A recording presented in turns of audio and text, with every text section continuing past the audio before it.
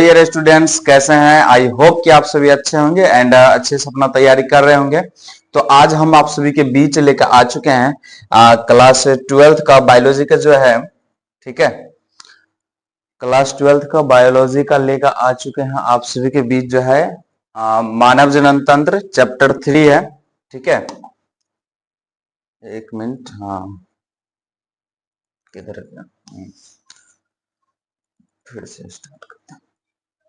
So hello dear students, कैसे हैं? I hope कि आप सभी अच्छे होंगे एंड अच्छे से अपना तैयारी कर रहे होंगे।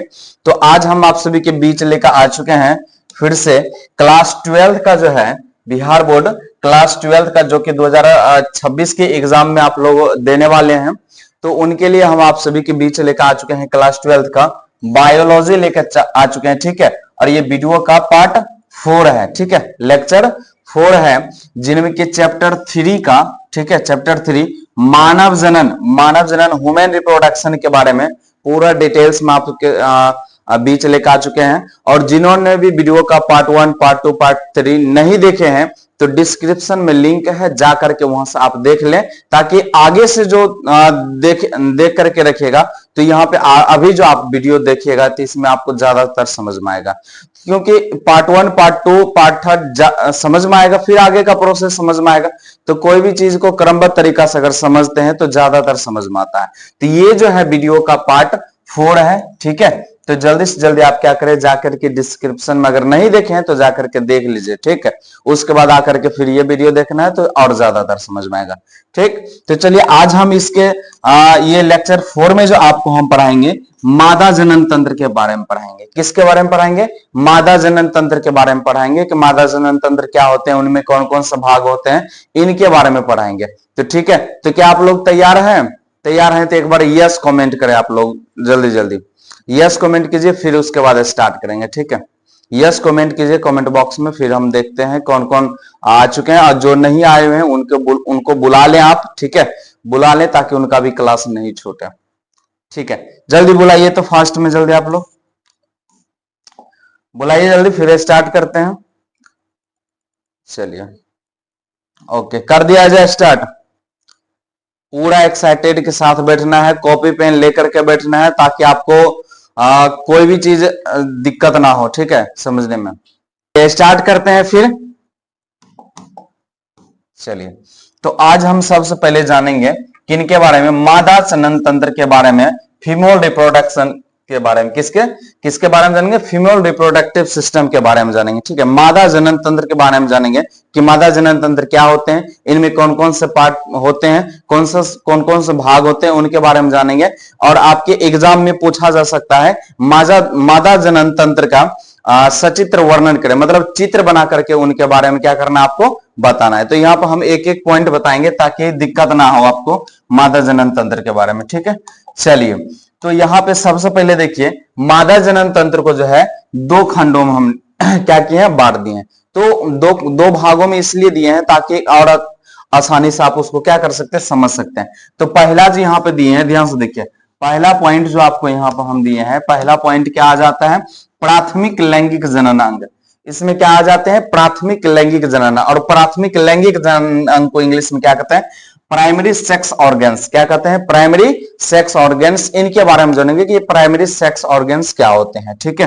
किसके बारे में जानेंगे? प्राइमरी सेक्स ऑर्गन्स क्या होते हैं। देखिए, इसमें जो आ जाते हैं, क्या आ जाते हैं? अंडा से आ जाते हैं। क्या आ जाते हैं? अंडा से, जिसको ओवरी कहते हैं। क्या आ जाते हैं? अंडा से। अंडा से क्या होता है, यहां से देखिए, ठीक है, अंडाशय के कार्य को देख सकते हैं। अंडाशय का कार्य क्या होता है? अंडाणु बनाना। अंडाशय का कार्य क्या होता है? अंडाणु बनाना होता है। उसके बाद क्या होता है? हार्मोन्स। हार्मोन्स का निर्माण करना। हार्मोन कौन कौन सा हार्मोन इसमें निर्माण होता है? एस्ट्रोजन हार्मोन का निर्माण करता है। उसके बाद किसका निर्माण करता है? प्रोजेस्टेरोन हार्मोन्स का निर्माण करता है, और ये स्रावित करने का काम करता है। तो पहला काम आप जो देख चुके हैं, अंडाशय का काम क्या होता है? अंडाणु निर्माण करना। उसके बाद क्या होता है? हार्मोन्स का निर्माण करना। कौन कौन सा हार्मोन? एस्ट्रोजन हार्मोन और प्रोजेस्टेरोन हार्मोन को क्या करना? निर्माण करना, मतलब स्रावित करना, ठीक है।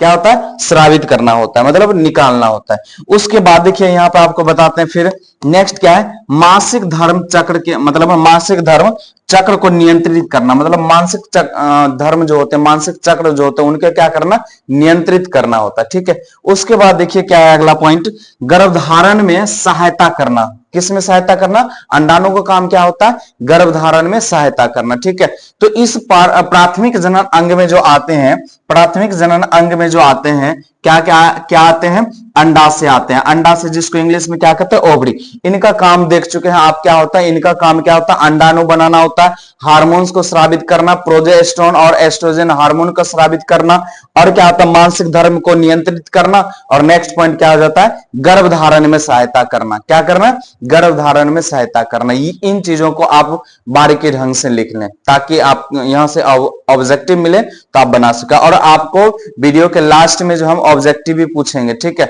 ऑब्जेक्टिव, ताकि आपको समझ में क्या क्या आया और यहां से क्या क्या ऑब्जेक्टिव आपको पूछा जाएगा वो पूरा हम दे चुके हैं। ठीक है, पूरा देंगे और आप लोग को जवाब भी देना है। लास्ट में आपका टेस्ट भी हो जाएगा कि आप यहाँ पे कितना समझे हैं। ठीक है, चलिए तो अब अगला पॉइंट को देखते हैं। अगला पॉइंट इसमें जो क्या आ जाएंगे, तो इसमें जो आ जाएंगे द्वितीयक, क्या देखेंगे, द्वितीयक लैंगिक है, द्वितीयक लैंगिक अंग देखेंगे, मतलब सेकेंडरी सेक्स ऑर्गन्स के बारे में देखेंगे।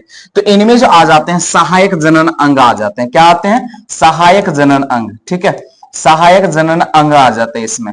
तो सहायक जनन अंग में क्या क्या आते हैं उनके बारे में देखेंगे। और दूसरा पॉइंट क्या है, सहायक जनन ग्रंथि। सहायक जनन अंग और सहायक जनन ग्रंथि के बारे में जानेंगे। ठीक है, तो देखिए इसके अंतर्गत क्या क्या आते हैं, ध्यान से देखना है। ठीक है, इसके अंतर्गत क्या क्या आते हैं, तो सबसे पहला पॉइंट यहाँ पे देखिए, इसमें जो कौन क्या क्या आ जाते हैं, जैसे कि गर्भाशय आ जाते हैं, जिसको क्या बोलते हैं, गर्भाशय के यूटरस बोलते हैं, इंग्लिश में क्या बोलते हैं, यूटरस बोलते हैं। उसके बाद आता है गर्भाशय ग्रीवा, जिसको कि सर्विक्स बोलते हैं। ठीक है, उसके बाद अंडवाहिनी, क्या आ जाते हैं, अंडवाहिनी, जिसको इंग्लिश में क्या कहते हैं, फिलिपियन ट्यूब बोलते हैं। क्या बोलते हैं, फिलिपियन ट्यूब। ठीक है, उसके बाद क्या आ जाता है, योनि, वेजाइना, जिसको क्या कहते हैं, वेजाइना बोलते हैं, योनि, ये आ जाते हैं इनके अंतर्गत। किसके अंतर्गत है, सहायक जनन अंग के अंतर्गत आते हैं। और इन सभी चीज को सहायक जनन अंग में पढ़ेंगे। ठीक है, अब देखिए आगे इसमें क्या पढ़ेंगे, सहायक जनन ग्रंथि में क्या पढ़ेंगे, बार्थोलिन ग्रंथि के बारे में पढ़ेंगे और स्तन ग्रंथि के बारे में पढ़ेंगे। तो क्या ये क्लियर हुआ, क्लियर हुआ तो यस कमेंट कीजिए। ठीक है, क्लियर हुआ तो यस कमेंट कीजिए जल्दी जल्दी। और उसके बाद फिर हम आपको बताएंगे कि कौन कौन सा मतलब जो है ऑर्गन्स किस किस में आता है, और आगे इन सभी के बारे में डिटेल्स में पढ़ेंगे। यही सब चीज के बारे में आगे डिटेल्स में पढ़ाएंगे आपको कि अंडाशय क्या होते हैं, अंडाशय में कितने जोड़े अंडाशय होते हैं मादा जनन अंग में, ये सब चीज के बारे में आगे बताएंगे। ठीक है, तो चलिए आगे बढ़ते हैं। तो अब सबसे पहले यहाँ पे आपको क्या करना, हम आपको क्या बोले थे, अगर आपको एग्जाम में पूछा जाए तो मानव मादा जनन तंत्र का सचित्र वर्णन करे तो आपको चित्र बनाना होगा। चित्र दोनों में से कोनो एक बना सकते हैं। यहाँ पे आपको बताते हैं अंग जो अभी आपको उधर हम बताएं, तो देखिए इस भाग को क्या कहते हैं, ये भाग जो है यहाँ पे, इस भाग को ध्यान से देखिए, इस भाग को क्या कहते हैं, गर्भाशय कहते हैं। क्या कहते हैं, गर्भाशय। और गर्भाशय के ऊपर वाला जो भाग होता है इसको क्या कहते हैं, फंडस कहते हैं। क्या कहते हैं, फंडस कहते हैं। और यहाँ पे हम आपको बोले थे फिलिपियन ट्यूब, क्या बोले थे, फिलिपियन ट्यूब, अंडवाहिनी या गर्भाशय नली, इसी को कहते हैं। ठीक है, अंडवाहिनी बोल सकते हैं, गर्भाशय नली बोल सकते हैं। ठीक है, या तो फिलिपियन ट्यूब बोलिएगा तो इसको बोलिएगा। ठीक है, और ये जो भाग है इसको क्या बोलते हैं, फिम्बड़ी बोलते हैं। क्या बोलते हैं, फिम्बड़ी बोलते हैं। ध्यान से देखिए, इसको क्या बोलते हैं, फिम्बड़ी बोलते हैं। और ये जो भाग है इसको कहते हैं अंतः गर्भाशय भाग, और इस भाग को क्या बोलते हैं, मायोमेटेरियम कहते हैं। देखिए इसमें परत जो होते हैं, 3 परत होते हैं, उनके बारे में परत के बारे में भी बताएंगे। ठीक है, और देखिए अंडाशय जो होते हैं मादा जननांग में कितने जोड़ी अंडाशय होते हैं, 1 जोड़ी अंडाशय होते हैं। कितना, 1 जोड़ी अंडाशय होते हैं। ये है अंडाशय। ठीक है, इस भाग को क्या बोलते हैं, अंडाशय बोलते हैं। और यहाँ देखिए क्या बोले थे, अंडवाहिनी, फिलिपियन ट्यूब। ठीक है, उसके बाद देखिए इस भाग को क्या बोलते हैं, ग्रीवा बोलते हैं। और सबसे ये नीचा वाला जो भाग होता है इसको क्या कहते हैं, योनि कहते हैं। तो आपको क्या करना है, मानव मादा जनन तंत्र का बोलेगा या चित्र बना करके वर्णन करना है। तो इस तरीका से आपको क्या करना है, चित्र बना देना और सभी को क्या करना है, नामांकित चित्र, मतलब नाम लिख देना। नाम लिखने के बाद क्या करना है, उसके बाद नीचा मुंह वर्णन करना है। तो मतलब ये इंग्लिश में है और ये हिंदी में है, तो दोनों में से कोई भी आप बना सकते हैं, एक बनाना है, ठीक है। एग्जाम में कितना बनाना है, मात्र एक चित्र बनाना है और चित्र के बाद उसके बारे में पूरा डिटेल्स में लिखना है, ठीक है। तो चलिए आगे बढ़ते हैं, यहां तक क्लियर हो गया। चलिए अगला पॉइंट देखते हैं।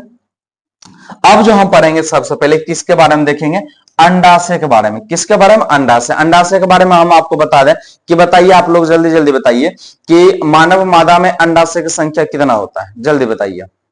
मानव मादा में अंडाशय की संख्या कितना होता है, कितना जोड़ी में पाया जाता है या क्या को पाया जाता है? अगर दो होगा तो बोल सकते हैं उसको जोड़ी, क्या होता है, दो होता है। वेरी गुड, कमेंट करते जाइए आप लोग और एक्साइटेड के साथ, आप लोग का रिवीजन भी हो जाएगा। चलिए देखते हैं, तो यहाँ पे आपको कैसे लिखना है, किस तरीका से लिखना है अंडाशय ओवरी के बारे में। तो देखिए क्या होता है, प्रत्येक मादा में एक जोड़ा अंडाशय होता है। प्रत्येक मादा में कितना होता है, एक जोड़ा अंडाशय होता है, मतलब दो गो होते हैं। कितना होते हैं, दो, ठीक है। जो है ना उदर गुहा के कहा होते हैं, निचले भाग में होते हैं। उदर गुहा मतलब पेट, पेट के निचले भाग मतलब श्रोणी गुहा में स्थित होता है। तो अंडाशय जो होते हैं क्या होते हैं, प्रत्येक मादा में एक जोड़ी अंडाशय होते हैं जो उदर गुहा के नीचे मतलब श्रोणी भाग में क्या होते हैं, स्थित होते हैं, ठीक है। इस तरीका से लिख देना है। उसके बाद देखिए आकार का बात किया, जो आकार, जो अंडाशय का आकार जो होता है कैसा होता है, ध्यान से देखिए, बादाम का आकार का होता है। देखिए अंडाशय का जो आकार होता है, देख रहे हैं यहाँ पे, किस आकार का होता है, बादाम का आकार का होता है अंडाशय। आकार के बारे में पूछा जाएगा, अंडाशय का आकार है तो अंडाशय का आकार कैसा दीजिएगा, एक बादाम का आकार का होता है अंडाशय, ठीक है। अब देखिए इनका माप मतलब साइज अगर पूछा जाएगा अंडाशय का, अंडाशय का जो साइज है यहाँ पे देख सकते हैं, है ना। अंडाशय का अगर साइज के बारे में बात किया जाए तो साइज इसका कितना है, 2 से 4 सीएम होता है लंबाई। कितना होता है, 2 से 4 सीएम लंबाई होता है इसका, किसका, अंडाशय का। तो अंडाशय का पूछा जाएगा अगर लंबाई कितना होता है, ठीक है, माप कितना होता है, तो क्या बोलेगा, 2 से 4 सीएम इसका क्या होता है, लंबाई होता है। इसके बारे में बात किया जाए तो किसके बारे में, अंडाशय। तो यहां तक क्लियर हो गया, ठीक है, क्लियर हो गया। अंडाशय का अभी आपको बताएं कि कैसे लिखना है आप अपना एग्जाम में कैसे लिखना है, कैसे बताना किसी को अगर पूछा जाए तो प्रत्येक मादा में एक जोड़ा अंडाशय होता है जो उदर गुहा के नीचे मतलब श्रोणी भाग में पाया जाता है, ठीक है। उसके बाद क्या होता है, यहाँ पे आकार का बात किया जाए तो इसका आकार जो होता है बादाम के आकार के होते हैं। कैसे होते हैं, बादाम के आकार के होते हैं, जो कि देख सकते हैं, ठीक है। उसके बाद साइज के बारे में बात किया जाए, साइज इसका 2 से 4 सेंटीमीटर इसका क्या होता है, लंबाई होता है, 2 से 4 सीएम होता है, ठीक है। चलिए क्लियर हो गया, आगे बढ़ते। देखिए जो भी चित्र आप जो जिस चित्र को बोलेंगे बनाना है उसको बनाना है, जिसको नहीं बोलेंगे तो मुझे नहीं बनाना है। ये यहाँ पे जो हम लगा रहे हैं आपको समझाने के लिए लगा रहे हैं, ताकि आप देख करके और बढ़िया से समझ में आए, आपको आएगा कि किसको अंडाशय कहते हैं, किसको फिलिपियन ट्यूब कहते हैं, किसको ग्रीवा कहते हैं, किसको योनि कहते हैं, किसको फिमरी कहते हैं। तो इसलिए हम आपको यहाँ पे चित्र लगाएं ताकि आपको समझ में आवे। तो आपको सिर्फ इन चीजों को लिखना है, इनको नहीं, ठीक है, जो हम बोलेंगे नहीं तो नहीं, ठीक। चलिए तो अगला पॉइंट देखते हैं, अगला पॉइंट क्या है, ठीक है, अगला पॉइंट देखते हैं यहाँ पे। तो अगला जो है क्या है, अंडाशय की संरचना के बारे में पढ़ना है। तो अगर आपको पूछ दिया जाए, ठीक है, अंडाशय का सचित्र वर्णन करें, मतलब सीधा दे देगा अंडाशय का अनुप्रस्थ काट का चित्र बने। 2 नंबर में एग्जाम में पूछा गया, देख लीजिएगा, क्वेश्चन बैंक निकाल के आप देख सकते हैं, आपके एग्जाम में पूछा गया है अंडाशय के अनुप्रस्थ काट का सचित्र, मतलब कि चित्र बनावे, मतलब नामांकित चित्र बनावे, ऐसे पूछा गया है। तो क्या करना, अंडाशय का चित्र बना करके क्या करना है, उसका नाम लिख देना, 2 नंबर मिल जाएगा। सिर्फ चित्र बनाने में सोचिए कि 2 नंबर आपको मिल रहा है। अब बाद में की कोई टेंशन, बस चित्र बनाइए, नंबर लीजिए, सोचिए। तो किसका, अंडाशय के संरचना के बारे में, सबसे पहले इसका संरचना के बारे में हम पढ़ लेते हैं, ठीक है। संरचना क्या क्या होता है, ध्यान से समझिए। तो इसके संरचना में पहला भाग जो आ जाते हैं जिसको बोलते हैं जननिक उपकला बोलते हैं। क्या बोलते हैं, जननिक उपकला, ठीक है। जननिक उपकला में क्या होते हैं, देखिए यह अंडाशय की सबसे बाहरी परत होती है। देखिए अंडाशय के अनुप्रस्थ काट के बोले थे ना, तो आगे हम दिखा देंगे कि कौन सा चित्र बनाना है, ये नहीं बनाना, आगे जो अभी हम बताएंगे कौन सा बनाना है। तो देखिए अंडाशय के बाहरी वाला जो भाग होते हैं, ठीक है, बाहरी वाला जो भाग होते हैं उनको क्या बोलते हैं, जननिक उपकला बोलते हैं। क्या बोलते हैं, जननिक उपकला, ठीक। उसके बाद दूसरा पॉइंट आ जाता है एस्ट्रोमा। क्या आ जाता है? एस्ट्रोमा। एस्ट्रोमा देखिए क्या होता है, ये अंडाशय की भीतरी भाग होता है। एस्ट्रोमा क्या होता है? अंडाशय के भीतरी भाग होता है, जिसे दो भागों में बांटा गया है। अंडाशय की भीतरी भागों में होता है क्या? एस्ट्रोमा, जिसे कितने भागों में बांटा गया है? दो भागों में बांटा गया है। तो पहला भाग कौन सा है? देखिए वलकुट, जिसको बोलते हैं कॉर्टेक्स बोलते हैं, जिसे क्या बोलते हैं? कॉर्टेक्स। और दूसरा भाग क्या हो जाता है? मध्यांश, जिसको कहते हैं मेडुला। क्या कहते हैं? मेडुला कहते हैं। ठीक है, तो आपको यहां पर ध्यान से समझिए, फिर से आपको बता रहे, ठीक है, फिर से बता रहे। देखिए एस्ट्रोमा जो होते हैं यह अंडाशय की भीतरी भाग में होता है, और ये दो होते हैं, मतलब जिसे दो भागों में बांटा गया है। जिसे कितने भाग में? दो भागों में। दो भाग में कौन? वलकुट, और वलकुट जिसे कॉर्टेक्स बोलते हैं, और मध्यांश जिसे कि मेडुला बोलते हैं। अब देखिए वो वलकुट जो होते हैं, कॉर्टेक्स क्या होते हैं, ध्यान से देखिए यहाँ पे। यहां अंडाणु बनने वाली पुटिकाएं होती है। इसमें वलकुट में, कॉर्टेक्स में जो होते हैं अंडाणु बनने वाली क्या होती है? पुटिकाएं होती है। क्या होती है? पुटिकाएं होते हैं। ठीक है, फॉलिकल्स होते हैं, याद रखना है। अब मेडुला मध्यांश मतलब कि मेडुला में देखना है, इसमें रक्त वाहिका एवं नसें होते हैं। रक्त वाहिका एवं क्या होते हैं? नसें होते हैं। किसमें? मध्यांश में, जिसको कहते हैं मेडुला, इंग्लिश में क्या कहते हैं? मेडुला। तो याद रखना ध्यान से। ठीक, अब देखिए अगला भाग क्या हो जाता है? पुटिकाएं, जिसको फॉलिकल्स बोलते हैं। क्या देखना है? पुटिकाएं इसी में होते हैं, अंडाशय में। ध्यान से देखना, एक एक चित्र भी बनाना है, उसमें सब भाग को लिखना है। तो पुटिकाएं जो कि फॉलिकल्स कहते हैं, इसमें देखिए क्या होता है?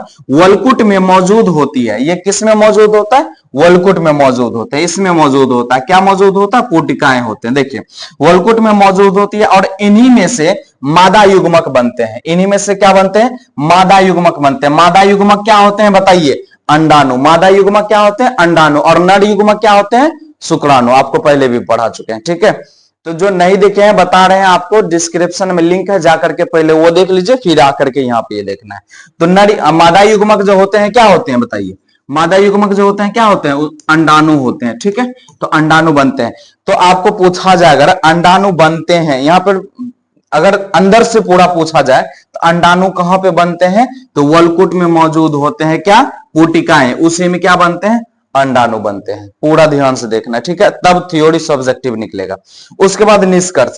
यहाँ पर देखिए थोड़ा सा पॉइंट आपको ये पूरा शॉर्ट में बता देते हैं कि शॉर्ट में, ठीक है, देखिए ध्यान से देखिए, शॉर्ट में बता रहा है। अंडाशय की बाहरी परत जननिक उपकला होती है। अंडाशय की बाहरी परत को क्या कहते हैं? जननिक उपकला होती है। और भीतरी भाग को क्या कहते हैं?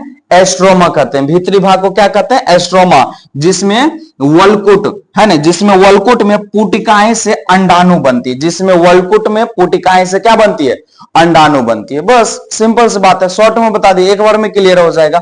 इस तरीका से आप समझ सकते हैं और लिख सकते हैं। तो अब आपको चित्र जो बनाना है, आपके एग्जाम में पूछा जाए, अंडाशय के अनुप्रस्थ, अनुप्रस्थ मतलब अंडाशय के काटा हुआ चित्र बनाना है। तो इस प्रकार से क्या करना है? इन चित्रों को आपको क्या करना है? एग्जाम में बना देना है। ठीक है, पूछा चित्र का प्रैक्टिस कर लीजिए, फ्री में नंबर लेना, चित्र बनाइए, बस नंबर लीजिए। ठीक है, बायोलॉजी में यही है, ये है, और क्या है? कुछ नहीं है, ज्यादा कोई टेंशन नहीं। ठीक है, तो इन चित्र को क्या करना है? आपको बनाना है, और एग्जाम में 2 नंबर में पूछा गया तो नंबर ले सकते हैं। देखिए ये भाग जो होते हैं, ठीक है, ये भाग जो होते हैं, इस भाग को क्या कहते हैं? ध्यान से समझिए, पूरा पूरा ध्यान से समझिए। ठीक है, देखिए ये इस भाग को क्या बोलते हैं? रुधिर वाहिकाएं बोलते हैं। इस भाग को, ये भाग जो होते हैं, इसमें क्या होता है? रुधिर वाहिका, मतलब यहां से क्या होते हैं? उसमें रुधिर जाते हैं, ब्लड जाते हैं। ठीक है, इस भाग को रुधिर वायु।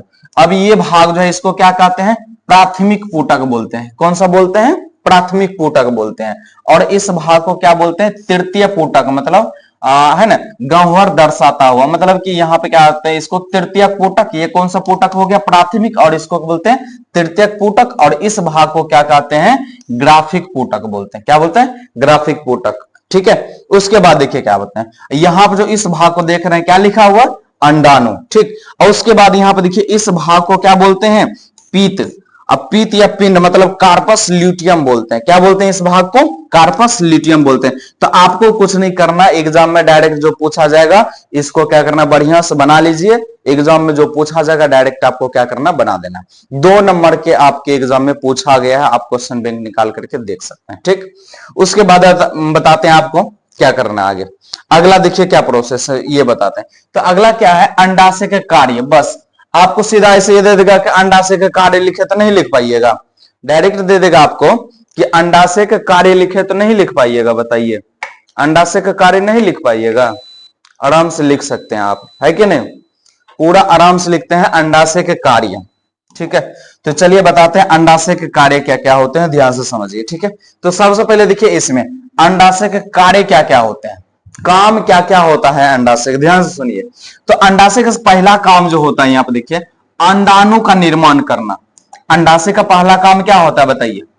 पहला काम क्या हो रहा है यहाँ पे? पहला काम क्या हो रहा है? अंडाणु निर्माण करना। अंडाशय का पहला काम क्या होता है? अंडाणु निर्माण करना। और देखिए अंडाणु निर्माण करने का मतलब उसके बाद दूसरा काम, उसके बाद अंदर बता रहे हैं आपको, दूसरा काम क्या होता है? हार्मोन्स को स्राव करना। अब अंडाशय में कौन सा हार्मोन स्राव होता है आपको हम बता चुके हैं, कौन सा हार्मोन? एस्ट्रोजन एवं प्रोजेस्टेरोन हार्मोन इसमें क्या होते हैं? स्राव होते हैं। उसके बाद आपको क्या बोले? नेक्स्ट, मासिक चक्र का नियंत्रण करना। क्या, किसका नियंत्रण करना? मासिक चक्र का नियंत्रण करना। और नेक्स्ट क्या बोल सकते हैं आप? गर्भधारण में सहायक करना, मतलब गर्भधारण में क्या करना? सहायता करना। ठीक है, तो आप इसके अंदर देखिए, तो अब अंडाणु का निर्माण जो होता है, अंडाशय में अंडाणु का निर्माण होता है। अंडाशय में अंडाणु का क्या होता है? निर्माण होता है। ठीक है, उसके बाद देखिए यहाँ पे ध्यान से, उसके बाद देखिए हार्मोन्स का जो निर्माण करता है, हार्मोन्स का जो स्राव करता है, कौन कौन सा हार्मोन? एस्ट्रोजन हार्मोन और प्रोजेस्टेरोन हार्मोन। जैसे जनन हार्मोन स्रावित होता है ना, जिससे क्या होता है? जनन हार्मोन स्रावित होता है। उसके बाद क्या है? मासिक चक्र का नियंत्रण। देखिए यही है अंडाशय। ठीक है, ये अंडाशय है, बादाम का आकार का है, जो कि देख सकते हैं। ठीक है, तो मासिक चक्र का क्या करना? नियंत्रण करना। उसके बाद गर्भधारण में क्या करना? सहायता करना। क्या करना? गर्भधारण में सहायता करना इसका काम होता है। तो क्या यहाँ पे देख सकते हैं कितना एकदम सुंदर फिगर बना हुआ, चाहे ये बना सकते हैं, चाहे इस चित्र को बना सकते हैं। तो अंडाशय का कार्य पूछे तो वो भी लिख देना पूरा बढ़िया से। उसके बाद अंडाशय का अनुप्रस्थ काट का चित्र बोले, 2 नंबर फिक्स है, ये बना दीजिएगा, आपको नंबर मिल जाएगा, बस और कुछ नहीं करना है। ठीक है, यहां तक क्लियर हो गया? क्लियर हो गया यहां तक? चलिए आगे बढ़ते हैं। ठीक है, अगला क्वेश्चन देखिए आपके बीच क्या आ चुका है? गर्भाशय। हम कंप्लीट क्या कर लिए हैं? हम कंप्लीट कर लिए हैं अंडाशय। ठीक है, क्या किए? अंडाशय। अंडाशय के बारे में कोई क्वेश्चन है तो आप डाल सकते हो कमेंट बॉक्स में, पूछ सकते हैं। ठीक है, तो चलिए, तो अंडाशय हो चुका है। अब देखेंगे गर्भाशय के बारे में। किसके बारे में अब देखेंगे? गर्भाशय के बारे में। ठीक है, गर्भाशय के बारे में देखेंगे, गर्भाशय में क्या क्या होते हैं, कौन कौन सा भाग होते हैं, इनके बारे में पढ़ेंगे। ठीक है, और गर्भाशय का इंग्लिश क्या होता है जल्दी बताइए आप लोग? यूटरस होते हैं। क्या होते हैं? यूटरस। यहाँ पे हम चित्र इसलिए दे दिए आपको समझाने के लिए। ठीक है, ध्यान से समझना है। अब देखिए आपको लिखना कैसे है। ठीक है, देखिए यह एक थैली के समान है ना, यह एक थैली के समान पेशीय संरचना है। गर्भाशय जो होते हैं एक थैली के समान, देखिए यूटरस है ना, इस भाग को कहते हैं गर्भाशय। इस भाग को क्या बोलते हैं? गर्भाशय बोलते हैं। यहाँ पे देख रहे युटरस, जिसको क्या कहते हैं? यूटरस कहते हैं। तो ये जो होते हैं एक थैली के समान पेशीय संरचना होते हैं, जो मूत्र एवं मलाशय के बीच स्थित होते हैं। कहां पर होते हैं? मूत्र द्वार और मलाशय के बीच स्थित होते हैं। ठीक है, और सामने से देखने पर यह नाशपाती के आकार का दिखता है। जब सामने से अगर देखा जाए इसको तो ये कैसा दिखाई देगा? नाशपाती। नाशपाती खाई ना, उसी का आकार से ये दिखाई देता। क्या? यूटरस, गर्भाशय। ठीक है, ये नाशपाती के आकार का दिखाई देता है। ठीक है, उसके बाद देखिए यह जो है महिला के शरीर में मूत्राशय के पीछे और गुदा के सामने होता है। कहां पे होता है? पेल्विक क्षेत्र में स्थित होता है। कहां पे? या महिला जो होते हैं मूत्राशय के पीछे और गुदा द्वार के जो होते हैं सामने, मतलब पेल्विक क्षेत्र में स्थित होते हैं। कहां पे होते हैं? पेल्विक क्षेत्र में। पेल्विक जो क्षेत्र मतलब क्षेत्र होते हैं वहां पे स्थित होते हैं। क्या स्थित होते हैं? गर्भाशय। क्या स्थित होते हैं? गर्भाशय। याद रखना है, थोड़ा एक एक पॉइंट को समझना। अब देखिए यूट्रस का सामान्य आकार, मतलब यूट्रस का जो होता है आकार क्या होता है, ध्यान समझिए। यूट्रस का जो आकार होता है मतलब साइज होता है कितना होता है, ध्यान समझना। ठीक है, तो देखिए लंबाई का बात किया जाए तो 7.5 सेमी होता है इसका लंबाई। कितना होता है? यूट्रस का लंबाई कितना होता है? 7.5 सेमी होता है। और चौड़ाई के बारे में बात किया जाए तो इसका चौड़ाई लगभग 5 सेमी होता है। यूट्रस का जो चौड़ाई होता है इसका चौड़ाई कितना होता है? लगभग 5 सेमी होता है। और इसमें जो है मोटाई का बात किया जाए तो 2.5 सेंटीमीटर होता है। यूट्रस गर्भाशय का जो मोटाई होता है 2.5 सेंटीमीटर होता है। तो क्या यहां तक क्लियर हुआ?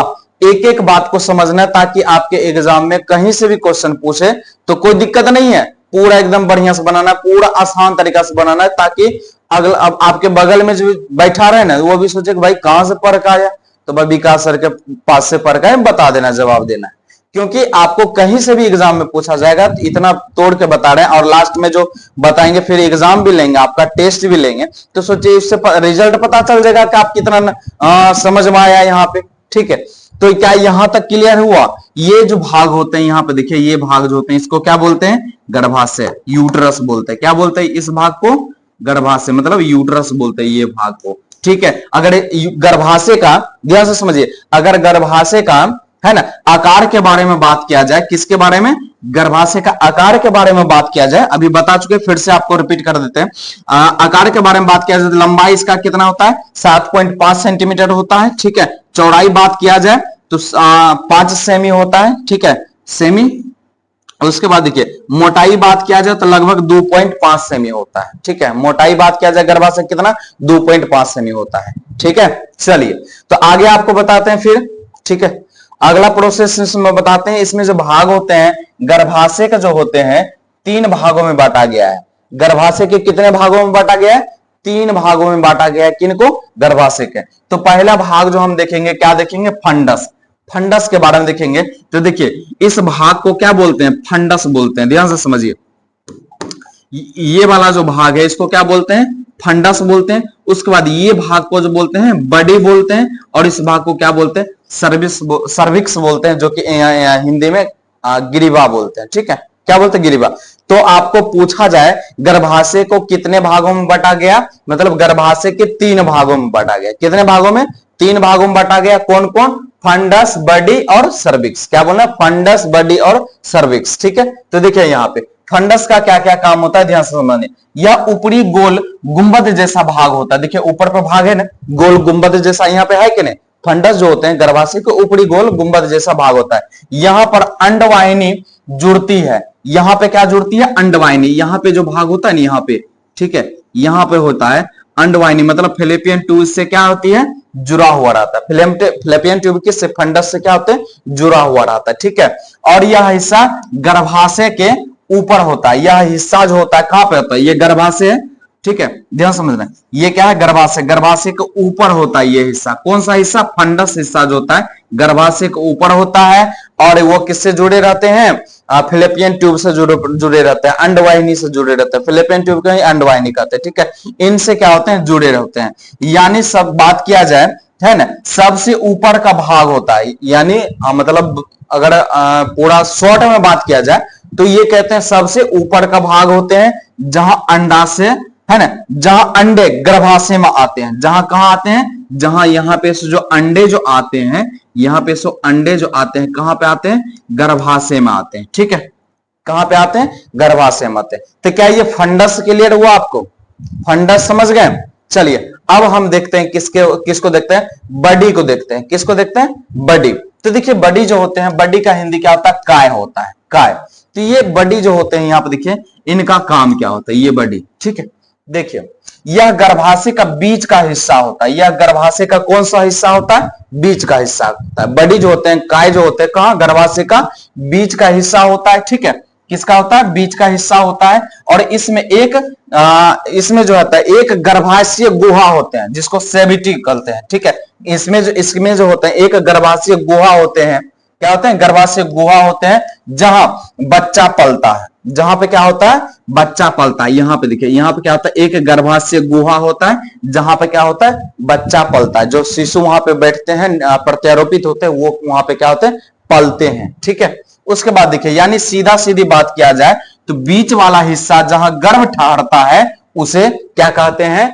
बॉडी बोलते हैं या फंडस बोलते हैं। सीधा सीधी बात, कोई लोपोन है, ठीक, कोई फालतू बात नहीं, सीधा। यानी बीच वाला जो हिस्सा होता है जहां गर्भ ठहरता है उसे क्या कहते हैं?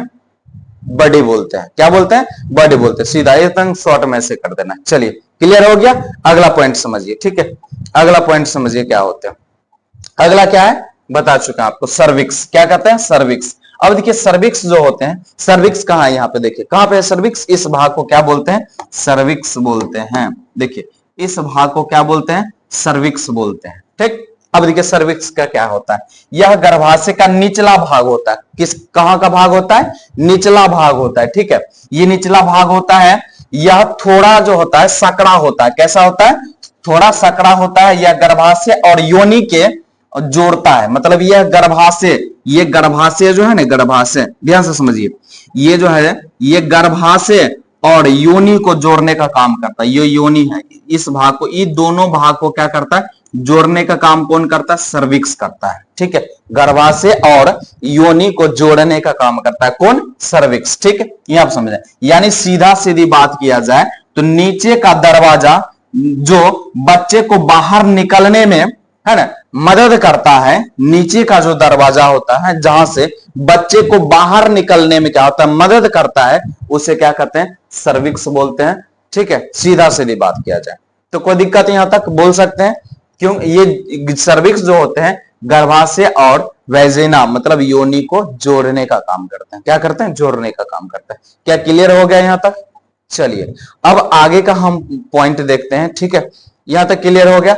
अब देखिए इसमें कुछ दीवार होते हैं, क्या होते हैं, दीवार होते हैं।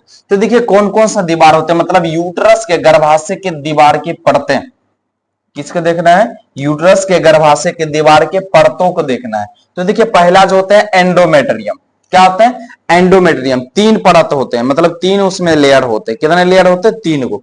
तो पहला होता है एंडोमेट्रियम, दूसरा होते हैं मायोमेट्रियम, तीसरा होते हैं पेरीमेट्रियम। पहला क्या होते हैं, एंडोमेट्रियम, दूसरा मायोमेट्रियम और तीसरा पेरीमेट्रियम, जो कि देख सकते हैं। इस परत को, इस ये यहां जो ये परत है, ठीक है, ये परत, इसको क्या बोलते हैं, एंडोमेट्रियम। ठीक है, और इस वाले भाग को जो बोलते हैं, क्या बोलते हैं, मायोमेट्रियम, और इस वाले भाग को बोलते हैं पेरीमेट्रियम। क्या बोलते हैं, पेरीमेट्रियम। यहां तक में बताइए कोई दिक्कत है। अब देखिए इसमें क्या क्या होता है, ध्यान समझिए। एंडोमेट्रियम क्या होता है, यह आंतरिक परत होते हैं, अंदर का परत होता है। यह जो एंडोमेट्रियम होते हैं ये अंदर का परत होता है। कहां के परत होता है, अंदर का परत होता है, जहां भ्रूण चिपकता है, जहां क्या होता है, भ्रूण चिपकता है, और वहां पे क्या बन जाता है, प्लेसेंटा।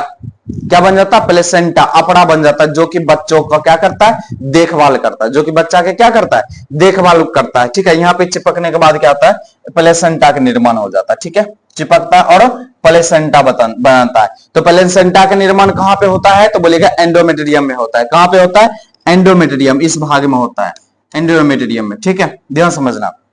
उसके बाद देखिए क्या आ जाता है, मायोमेट्रियम। क्या देखना है, मायोमेट्रियम। मायोमेट्रियम में क्या होता है, यह मांसपेशियों की परत होती है। यह जो परत होती है, ये परत जो होती है, ये परत, ये कौन सा परत होती है, मांसपेशियों की परत होती है। ठीक है, कैसे परत, मांसपेशियों की परत होती है, जो प्रसव के समय संकुचन करती है। जो प्रसव के समय जब बच्चा का जन्म होता है उस टाइम क्या करता है, संकुचन करने का काम करता है। क्या करता है, संकुचन करता है। ठीक है, जिसे क्या कहते हैं, मायोमेट्रियम कहते हैं। क्या बोलते हैं, मायोमेट्रियम। उसके बाद देखते हैं पेरीमेट्रियम। पेरीमेट्रियम में क्या होता है, यह यूट्रस की बाहरी पतली परत होती है। ये पेरीमेट्रियम जो होती है, पेरीमेट्रियम यूट्रस की बाहरी परत होती है। क्या होती है, पेरीमेट्रियम, यह यूट्रस की बाहरी परत होती है, मतलब पतली होती है, बाहरी पतली परत होती है।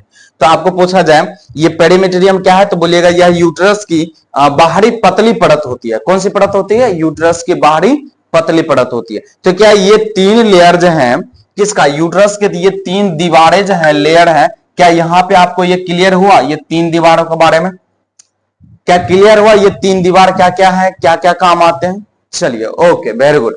चलिए अगला प्रोसेस देखते हैं। अब ध्यान से देखना है, अब इसमें जो होते हैं, ठीक है, ध्यान से देखना है। यहाँ पे देखिए इसमें क्या क्या आ जाते हैं। पहला जो है ब्लास्टुला का रोपण, इसमें क्या होता है, ब्लास्टुला का रोपण। अब देखिए ब्लास्टुला का रोपण क्या क्या होते हैं, ध्यान से देखना है।